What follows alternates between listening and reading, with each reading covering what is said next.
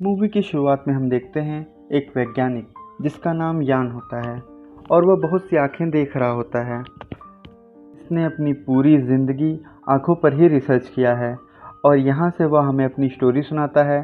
कहानी फ्लैशबैक में जाती है जब यान कॉलेज में पीएचडी स्टूडेंट था और आँखों के ऊपर रिसर्च कर रहा था। अगले दिन वो हैलोवीन पार्टी में जाता है जहाँ सब अपना चेहरा बदल कर यानी मास्क पहनकर आए हुए होते हैं। लेकिन यान पार्टी में बोर हो रहा था, इसलिए ऊपर टेरेस पर चला जाता है जहाँ पर पहले से ही एक लड़की होती है जिसने मास्क पहना होता है। दरअसल वो टेरेस पर चांद देखने आई हुई होती है। आज चांद बहुत खूबसूरत लग रहा था और जब यान उसकी आंखों में देखता है तो उससे पूछता है, क्या मैं तुम्हारी आंखों की फ़ोटो खींच सकता हूँ? तो लड़की यान को परमिशन दे देती है। यान उसकी फ़ोटो खींच लेता है और इसके बाद दोनों ही नीचे पार्टी में चले जाते हैं जहाँ पर ये एक दूसरे के बहुत करीब आ जाते हैं। यान जब अपनी घर की तरफ जाता है तो वह उसी लड़की की आंखों को सोच रहा होता है। अगले दिन वह बस से जब अपने लैब के लिए निकलता है लेकिन रास्ते में ही उतर जाता है और सामने एडवर्टाइजमेंट बोर्ड पर एक लड़की की आंखें देखता है जिस लड़की ने उस रात को उसको पार्टी में देखा था। दरअसल उसे अभी तक उसका नाम नहीं पता था, पर वह अब समझ जाता है कि यह एक मॉडल है जिसका नाम सोफ़ी है। गूगल सर्च करता है, यहाँ पहली बार सोफ़ी का पूरा चेहरा देखता है। अब शाम को वह जब ट्रेन से अपने घर जा रहा होता है तब यह देखता है कि उसकी सामने की सीट पर सोफ़ी बैठी हुई है। यान उसके पास जाता है, उससे बातें करने लगता है और सोफ़ी उसे इग्नोर करती है और सोफ़ी ट्रेन से उतर जाती है। वह उसके पीछे पीछे जाता है। इसके बाद दोनों के दोनों एक कॉफ़ी हाउस में बैठते हैं। सोफ़ी अपने बारे में बताती है कि वह एक अर्जेंटीना से है। जब वह 11 साल की थी तब वह फ्रांस आ गई थी। यान बताता है कि मैं एक पीएचडी स्टूडेंट हूँ और फ़िलहाल मैं जानवरों की आंखों पर रिसर्च कर रहा हूँ और मैंने अपने करियर में कई जानवरों की आंखों के साथ साथ सैकड़ों इंसानों की भी आंखों को देखा है, पर मैंने तुम्हारी जैसी खूबसूरत आंखें कभी नहीं देखी थी। इसलिए उस रात को मैंने तुम्हारी आंखों को फ़ोटो खींची और अब इन दोनों के बीच दोस्ती हो जाती है और अब यह एक दूसरे के साथ बाहर घूमना भी शुरू कर देते हैं। और जब दोनों बाहर घूम रहे थे तभी इन्हें एक सफ़ेद रंग का मोर दिखता है जिसे देखकर सोफ़ी यान को बताती है कि इंडिया में सफ़ेद मोर को आत्मा का प्रतीक माना जाता है, यानी कि जहाँ भी सफ़ेद मोर होता है उसके आसपास आत्माएं होती हैं। लेकिन युवान पीएचडी स्टूडेंट है, इसलिए वह इन सब चीज़ों की बातों पर विश्वास नहीं करता, पर सोफ़ी को इस तरह की बातों पर विश्वास होता है, ख़ास तौर पर इंडिया की देवी देवताओं पर। सोफ़ी के घर पर गणेश जी की मूर्ति भी रखी होती है। हालांकि इन दोनों की सोच अलग है, लेकिन फिर भी एक दूसरे को पसंद करते हैं। यह एक दूसरे के साथ ही सोफ़ी के घर पर रहना शुरू कर देता है। यान सोफ़ी के शादी के लिए प्रपोज़ करता है। सोफ़ी शादी के लिए फ़ौरन हाँ कर देती है। अगले दिन ही शादी के लिए रजिस्टर ऑफिस जाते हैं, लेकिन उस दिन ऑफिस बंद था और जब वो वापस आ रहे थे तभी उसकी लैब असिस्टेंट का कॉल आता है। वो उसे बताती है जिस कीड़े को ऊपर हम प्रयोग कर रहे थे, जिसकी आंखें नहीं थीं, हम उसे आंखों देने में कामयाब हो गए हैं। यह सुनने के बाद यान को बहुत खुशी होती है। वह सोफ़ी से कहता है कि तुम भी मेरे साथ मेरे लैब चलो। सोफ़ी यान के साथ उसके लैब में आ जाती है जहाँ पर उस कीड़े को देखते हैं जिसके ऊपर यान बहुत वक्त से प्रयोग कर रहा था। पर जब सोफ़ी देखती है कि ये सब अच्छी बात नहीं है, उसे ये सब बिल्कुल अच्छा नहीं लगता है और वो वहाँ से यान को कहती है कि तुम गलत कर रहे हो। गॉड ने हर चीज़ को उसके हिसाब से बनाया है। अगर तुम गॉड की बनाई हुई चीज़ों के साथ छेड़छाड़ करोगे तो यह चीज़ के लिए भी और साथ ही कुदरत के लिए, दोनों के लिए बहुत नुकसानदायक है। लेकिन यान सोफ़ी की बात से बिल्कुल सहमत नहीं था। वह सोफ़ी को साइंटिफिक नॉलेज देना शुरू कर देता है और उसके अब तक की किताबों में जो पढ़ा है वो सब उसे बताता है। उसे बताते हैं कि इस दुनिया में जो कुछ हुआ है, इंसान जब इस दुनिया में से चला जाता है तो उसके बाद सब कुछ खत्म हो जाता है। यहाँ पर भी कोई आत्मा नहीं रहती है। और तभी सोफ़ी के हाथ से एसिड की एक बोतल गिर जाती है जिसकी कुछ बूंदें यान की आंखों में चले जाती हैं। उसे बहुत ज़्यादा जलन होता है, लेकिन तभी उसकी लैब असिस्टेंट आकर उसकी आंखों पर दवा लगा देती है जिससे यान को आराम मिलता है। लेकिन अब उसकी आंखों पर ज़्यादा इफ़ेक्ट पड़ने लगता है तो सोफ़ी और यान घर के लिए निकल पड़ते हैं और जो भी अपने घर की लिफ्ट में होते हैं तभी लिफ्ट अपने आप ही बंद हो जाती है। यान किसी तरह से लिफ्ट का दरवाज़ा खोल देता है और ऊपर चला जाता है। इसके बाद उस सोफ़ी का ऊपर पकड़ कर खींच रहा होता है, तभी लिफ्ट थोड़ा नीचे हो जाता है जिससे वह उसमें सोफ़ी फंस जाती है और अब उसे ऊपर खींचना बहुत मुश्किल होता है। इस वजह से उसकी मृत्यु हो जाती है। उसकी मौत से यान पूरी तरह से टूट जाता है। मृत्यु के बाद उसे दफनाया नहीं जाता बल्कि उसे जलाया जाता है, जिस तरह से हिंदू धर्म में होता है। तो सोफ़ी ने दरअसल उससे ये कहा था कि जब भी मेरी मृत्यु हो तो मुझे दफनाया नहीं बल्कि जिस तरह से इंडिया में अंतिम संस्कार किया जाता है उस तरह से मेरी बॉडी को जला देना, और ऐसा ही करता है। लेकिन सोफ़ी की मौत के बाद वह पूरी तरह से टूट चुका है। वह इतना डिप्रेशन में आ जाता है कि नशे का सहारा लेना शुरू कर देता है।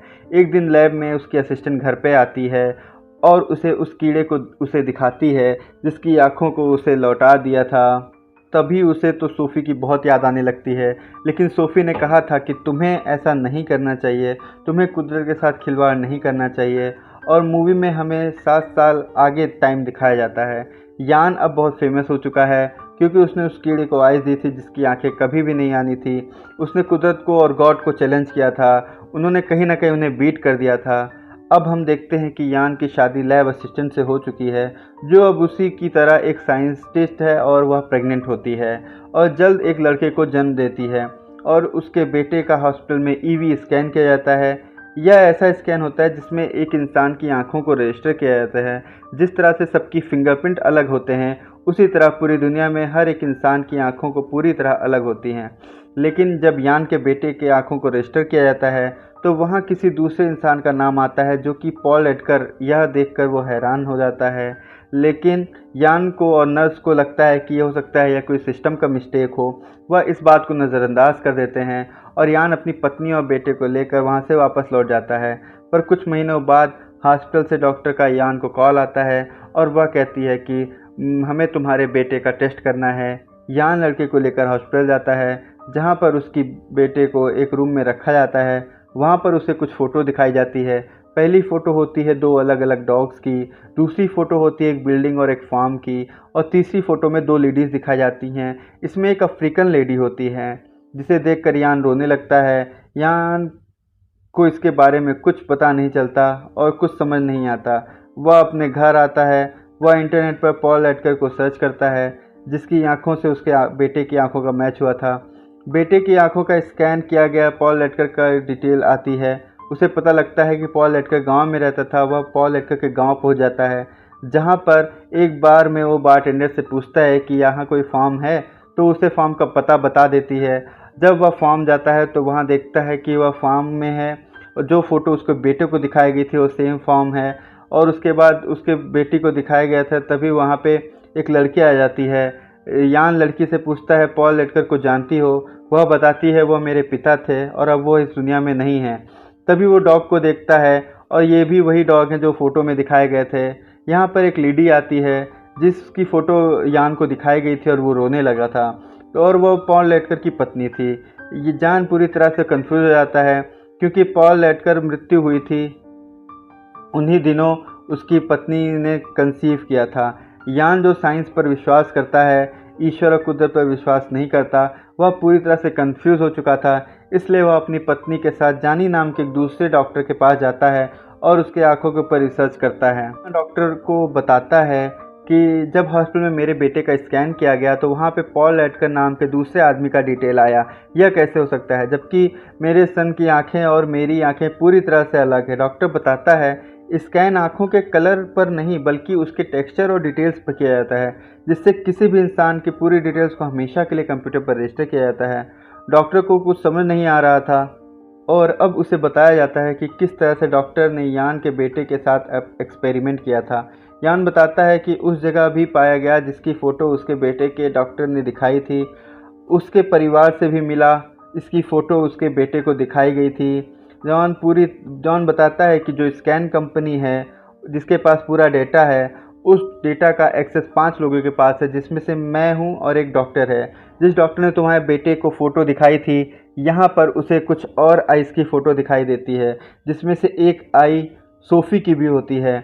और जब भी सोफ़ी की आंखों को स्कैन करते हैं तो पूरी तरह से हैरान हो जाते हैं क्योंकि सोफ़ी की आंखों का पैटर्न के हिसाब से इंडिया के दिल्ली शहर में एक लड़की को रजिस्टर किया गया था, और यान उसकी वाइफ पूरी तरह हैरान हो जाते हैं।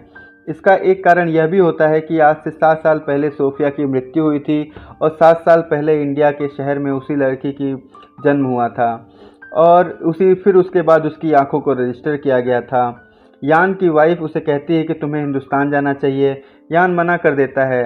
वह कहता है कि सोफ़ी को हमेशा इंडिया की संस्कृति से बहुत प्यार था और मैं वहां जाकर दोबारा उन यादों को ताज़ा नहीं करना चाहता। और उसकी पत्नी कहती है कि तुम्हें जिस तरह उस लड़की को आंखों में सेफ़ी मिलती है, उन दोनों के दिमाग में भी कोई कनेक्शन हो सकता है। उनकी आत्मा एक हो या आत्माओं का ये सुनकर यान को गुस्सा आ जाता है, क्योंकि वो आत्माओं पर विश्वास नहीं करता। उसकी पत्नी उसे इंडिया जाने के लिए मना लेती है और अब वह इंडिया के उस जगह पर जाता है जहाँ पर उन आँखों को रजिस्टर किया गया था। यह दिल्ली शहर होता है। वहाँ पर उस लड़की से मिलता है जिस लड़की ने उन आँखों को रजिस्टर किया था। वो फ़ोटो दिखाता है, मैं इस लड़की से मिलना चाहता हूँ। जिससे लड़की के घर पे जाते हैं, लेकिन वहाँ पर कोई नहीं होता।